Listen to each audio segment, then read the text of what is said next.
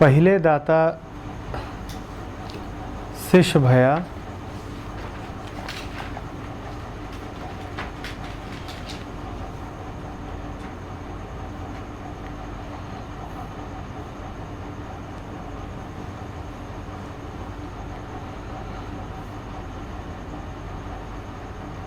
पहिले दाता शिष्य भया,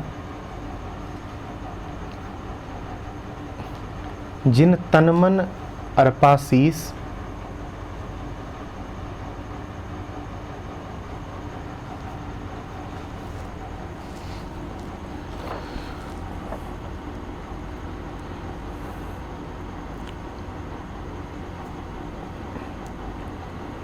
पीछे दाता गुरु भये,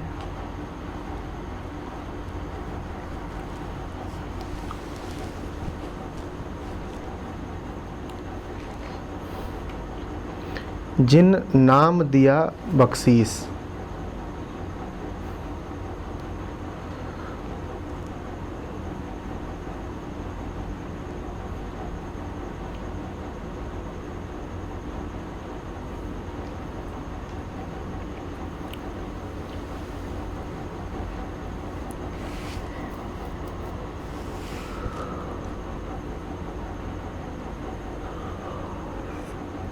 पहिले दाता शिष्य भया, जिन तन मन अर्पा शीस,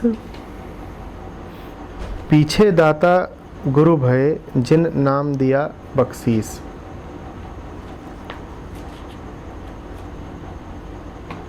देना दो प्रकार का होता है।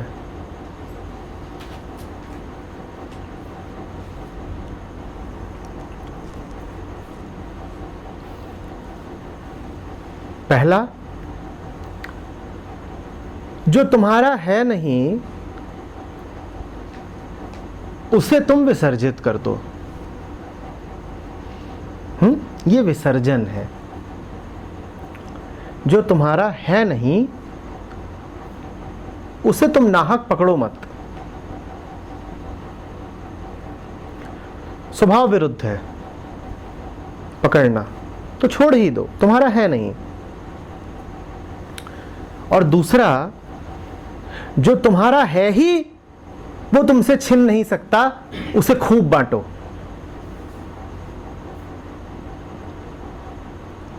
पूर्ण से पूर्ण निकलकर भी पूर्ण ही शेष रह जाता है। ये दूसरे प्रकार का बांटना है। दोहरा रहा हूं। पहला, जो तुम्हारा है नहीं उसे पकड़ने से कोई प्रयोजन नहीं। जो तुम्हारा है नहीं उसे पकड़ना तुम्हारा स्वभाव नहीं। उसे पकड़ के कुछ पाओगे नहीं, तनाव के अलावा। झंझट है, एक प्रकार की आफत है उसे पकड़े रहना। चुपचाप छोड़ दो। ड्रॉपिंग, विसर्जन। Drop it. तुम्हारा है नहीं, पकड़ोगे तो कष्ट पाओगे। ये पहला। और दूसरा, कि जो तुम्हारा है ही वो तुमसे कभी छिन नहीं सकता, उसको अपने माध्यम से प्रकट होने दो, पूरे संसार, पूरे अस्तित्व तक पहुंचने दो, बटने दो। जितना बटेगा उतना बढ़ेगा। जितना बटेगा उतना बढ़ेगा।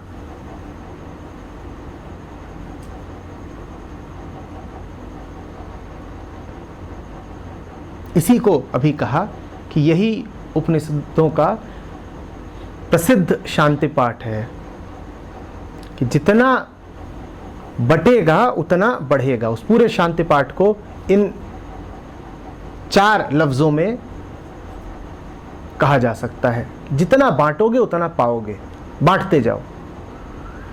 यह भी पूर्ण है, वह भी पूर्ण है। पूर्ण से पूर्ण आता है। पूर्ण से पूर्ण अभिव्यक्त होकर भी पूर्ण ही शेष रह जाता है। यह भी पूर्ण है, वह भी पूर्ण है। पूर्ण से पूर्ण आता है, पूर्ण से अभिव्यक्त होकर पूर्ण ही शेष रह जाता है।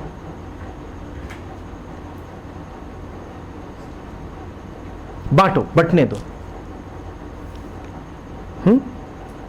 कबीर ने इन्हीं दो प्रकार के दानों की बात करी है। वो कह रहे हैं पहला दान तो शिष्य द्वारा होता है। पहले दाता शिष्य भया जिन तन मन अर्पा शीस। शीस अर्थात व्यर्थ की अहंता। जो तुम्हारा है नहीं उसे पकड़ने से कोई प्रयोजन नहीं। शिष्य जाता है और अपना जितना कचरा है वो गुरु के चरणों में रखाता है। याद रखना, कुछ कीमती नहीं है वो सब जो शिष्य गुरु को देता है। सच तो ये है कि शिष्य गुरु को मात्र अपनी झंझटें देता है। गुरु शांति से बैठा है, शिष्य क्या करेगा? आएगा और अपना जितना कचरा और तनाव और आफत है वो गुरु के सामने उड़ेल देगा।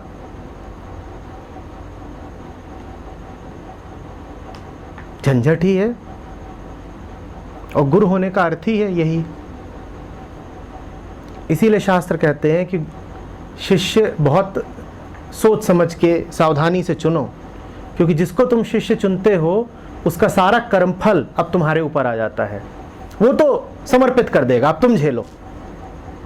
वो तो मुक्त हो जाएगा।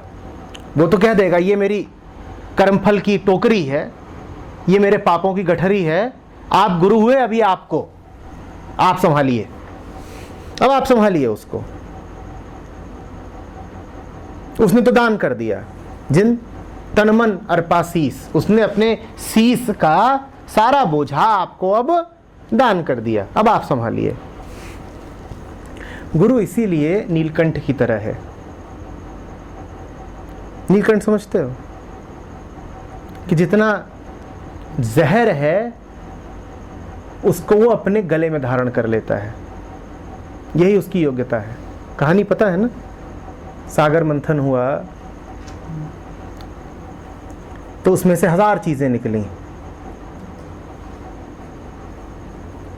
उसी में से धकता हुआ विष भी निकला। इसका करें क्या? इसको जहां भी रखें वो जगह नष्ट हो जाए, इतना घातक विष। तो देवता असुर ये सब मिलके गए शिव के पास, बोले इसको आप लीजिए। तो शिव ने उसको लिया और पी लिया, और ऐसा पिया कि उनके गले में अटक गया, क्योंकि अंदर उतरता तो हानि हो सकती थी। शिव ने उसको गले में धारण कर लिया, इसलिए उनको नीलकंठ कहते हैं।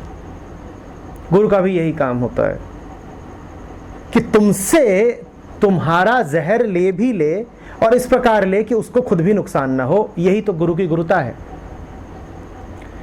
तुम्हारा सिर भी हल्का हो गया और गुरु का सिर भारी भी नहीं हुआ। जो गुरु ऐसा हो कि उसका सिर अभी भारी हो जाता हो तुम्हारे लफड़े सुन करके, वो अभी गुरु नहीं है। कि तुम अपने प्रपंच, अपनी कहानियां, नौटंकियां लेकर के पहुंचे और वो भी उन्हीं में शामिल हो गया, वो भी उनका हिस्सा बन गया, उसने भी उनको बहुत गंभीरता से ले लिया, तो अभी गुरु नहीं है। उसको तो अभी रस आता है मूर्खताओं में, वो कहाँ का गुरु?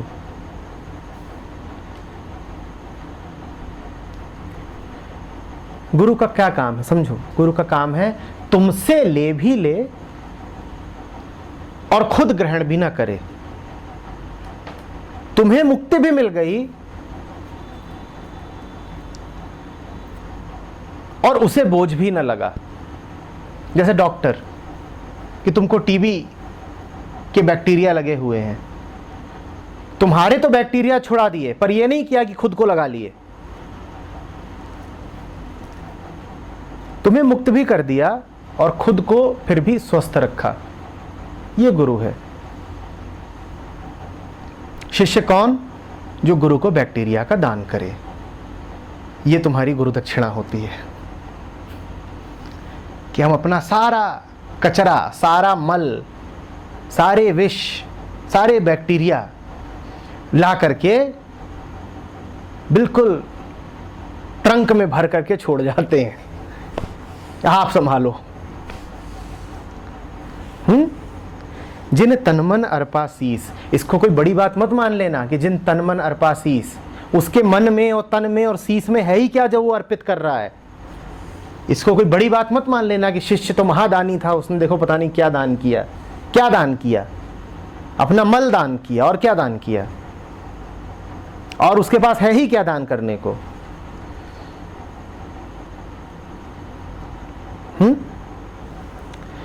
पीछे दाता गुरु भये जिन नाम दिया बख्शीस।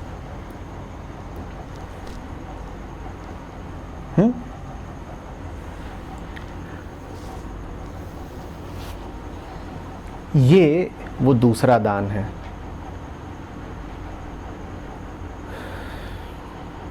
और गुरु इस दान को जितना करता है उसकी गुरुता उतनी बढ़ती है। शिष्य नाकाबिल हो, वो भले कुछ ना पाए, लेकिन देते देते गुरु गुरुतर होता जाता है।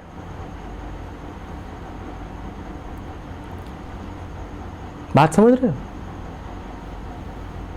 शिष्यों को कुछ ना मिले भले, पर गुरु की गुरुता बढ़ती जाती है,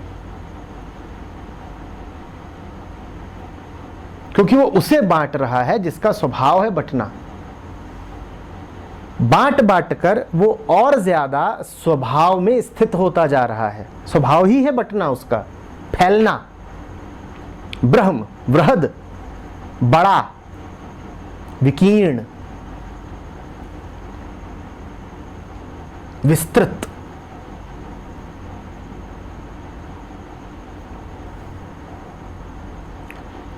पाछे दाता गुरु भय जिन नाम दिया बख्शीस। एक एक शब्द महत्वपूर्ण है, सार्थक है। बख्शीश, प्रसाद। अर्जित नहीं करता है शिष्य,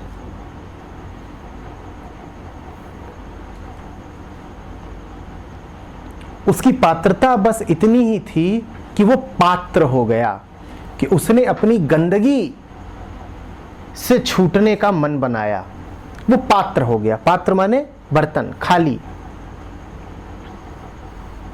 और उसमें कोई योग्यता नहीं थी।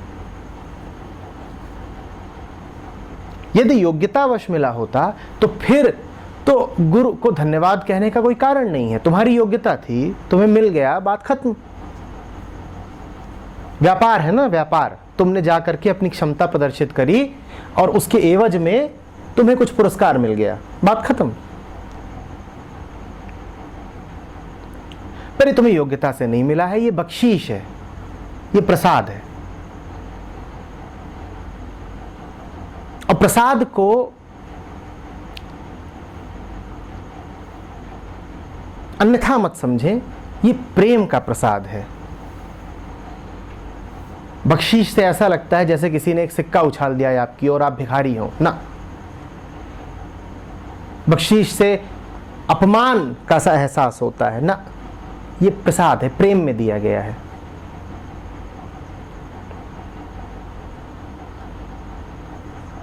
तुम प्रस्तुत थे, सूरज निकला ही हुआ था, तुम्हें मिल गई रोशनी। तुम खाली थे, बारिश हो ही रही थी, भर गया तुम्हारा पात्र। किसी ने कोई किसी पर एहसान नहीं किया। गुरु का स्वभाव है बांटना, और तुम्हारा स्वभाव है वो खाली स्थान होना जो भर सके।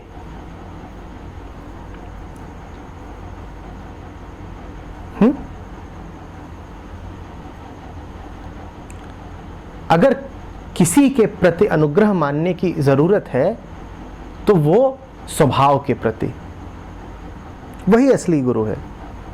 याद रखना, कबीर कह भले ही रहे हैं कि पहले दाता शिष्य भया, पीछे दाता गुरु भया, लेकिन हमें यह भूलना नहीं है कि जब तक गुरु शिष्य के भीतर पहले ही मौजूद ना होता, तब तक शिष्य अपने शीश का दान कर नहीं सकता था।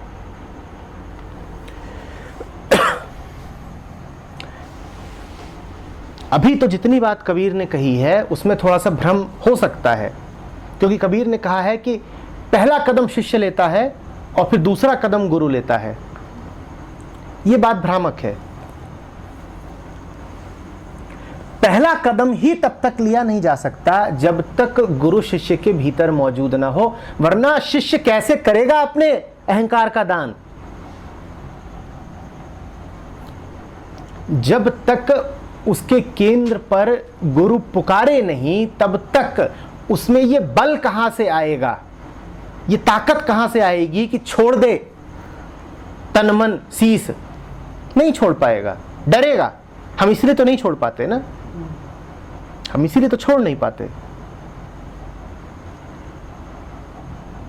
तो ठीक है, दोहे तक बात ठीक है कि पहले दाता शिष्य भया, पाछे दाता गुरु भया, लेकिन भूलिएगा नहीं कि स्रोत तो गुरु ही है, स्रोत तो आत्मा ही है। हमने कई दफे बात करी है कि प्रथम गुरु आत्मा है।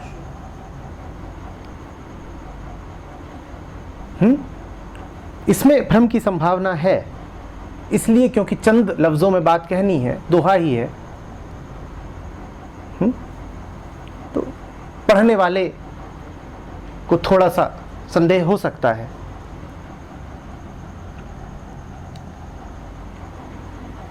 शिष्य के बस की नहीं है कि वो स्वयं गुरु के पास चला जाए और वहां जाकर के अपना शीश अर्पित कराए। इतना होशियार होता शिष्य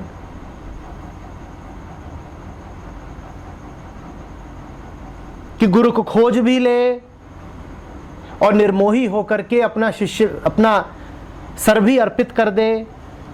इतना बली होता, इतना निर्मोही होता, इतना अनासक्त होता, उसकी आंखों में इतनी रोशनी होती कि खोज लिया खुद ही उसने गुरु को, तो उसी ताकत से वो स्वयं अपना उद्धार न कर लेता। जिस ताकत से उसने अपना सिर गुरु को अर्पित किया, उतनी ताकत उसमें अगर स्वयं ही होती तो अपना उद्धार वो कर ही लेता।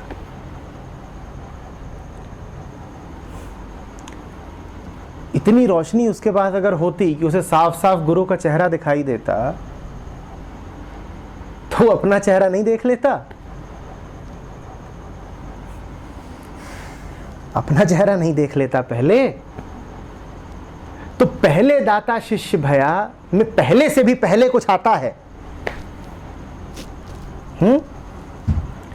शिष्य खुद चलेगा नहीं, उसे तो चलने के लिए भी अपने अंतःस्थल में गुरु का सहारा चाहिए।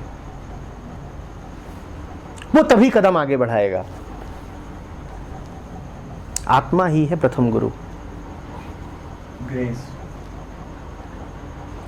इतनी होशियारी शिष्य कभी अपने आप में ना माने कि मैं खोजूंगा गुरु को और मैं जाकर के फिर स्वेच्छा से अपने अहंकार का दान करूंगा, मैं खुद कर लूंगा। नहीं कर पाओगे, तुमसे ना होगा।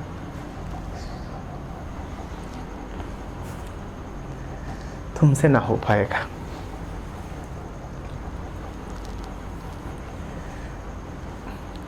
कैंप वगैरह ऑर्गेनाइज होते हैं, जो लोग नहीं आ रहे होते हैं उनसे पूछो तो कहते हैं कि अभी नहीं आएंगे, हमारा जब समय आएगा तब आ जाएंगे। तो उनको यही संदेश है मेरा, तुमसे ना हो पाएगा। अभी मैं कर रहा हूँ, मैं सहारा दे रहा हूँ, मैं अवसर दे रहा हूँ, मैं बुला रहा हूँ, आ जाओ। अपने दम पे नहीं कर पाओगे। जब मैंने इतना अवसर दिया, इतना सहारा दिया, पूरा आयोजन कर दिया और तब भी तुम नहीं आ पा रहे, तो अपने दम पर कैसे आ पाओगे?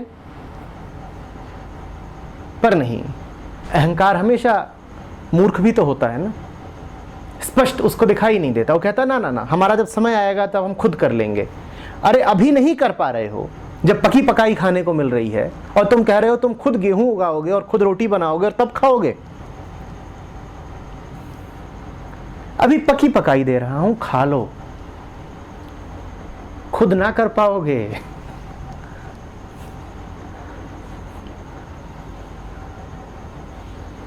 और इसमें कोई मेरा बड़प्पन या तुम्हारा छुटपन नहीं है, बस अस्तित्व की ऐसी इच्छा है। इसमें कोई व्यक्ति ऊंचा और कोई व्यक्ति नीचा नहीं हो गया। और ये काम व्यक्तियों द्वारा किए भी नहीं जा रहे हैं।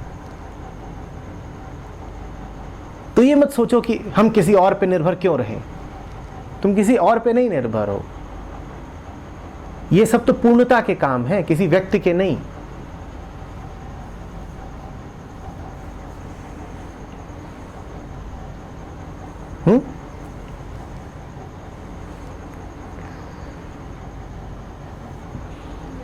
कबीर कह रहे हैं, जिन नाम दिया बख्शीस। बहुत आसान हो जाता है गुरु के लिए, एक बार शिष्य समर्पित है। नाम का तो अर्थ ही है मौन, और कोई नाम नहीं है जो गुरु दे सकता हो, मौन ही है। मौन अर्थात खालीपन। जब शिष्य अपना पात्र स्वयं खाली करके ही आ गया है, तो अब गुरु के लिए कोई कठिनाई रही नहीं, सब कुछ तो हो गया। खाली तो वो पहले से ही था, तैयार तो वो पहले से ही था। जरा सा हल्का सा इशारा, गुरु को और कुछ करना नहीं है, कोई विशेष कठिनाई नहीं है। और जहां गुरु को बहुत जोर लगाना पड़ रहा हो, धक्कम धक्का चल रहा हो, वहां समझ लेना चाहिए कि यहां पे बात बनेगी नहीं, अभी इसका समय ही नहीं आया है, अभी तो ये पुकार सुन ही नहीं रहा, अभी तो इसको बुलाया जा रहा है और ये भाग रहा है।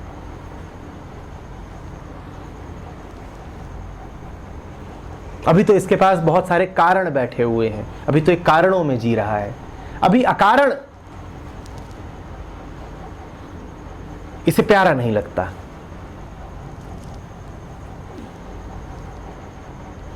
अभी तो वजहें हैं, वजहें। अभी बेवजह के इश्क में नहीं पड़ा ये। अरे वहां पे फिर ठेला ठाली चलेगी। बड़ी बात नहीं कि गाली गलौज भी हो जाए, जूतम पैजार हो जाए।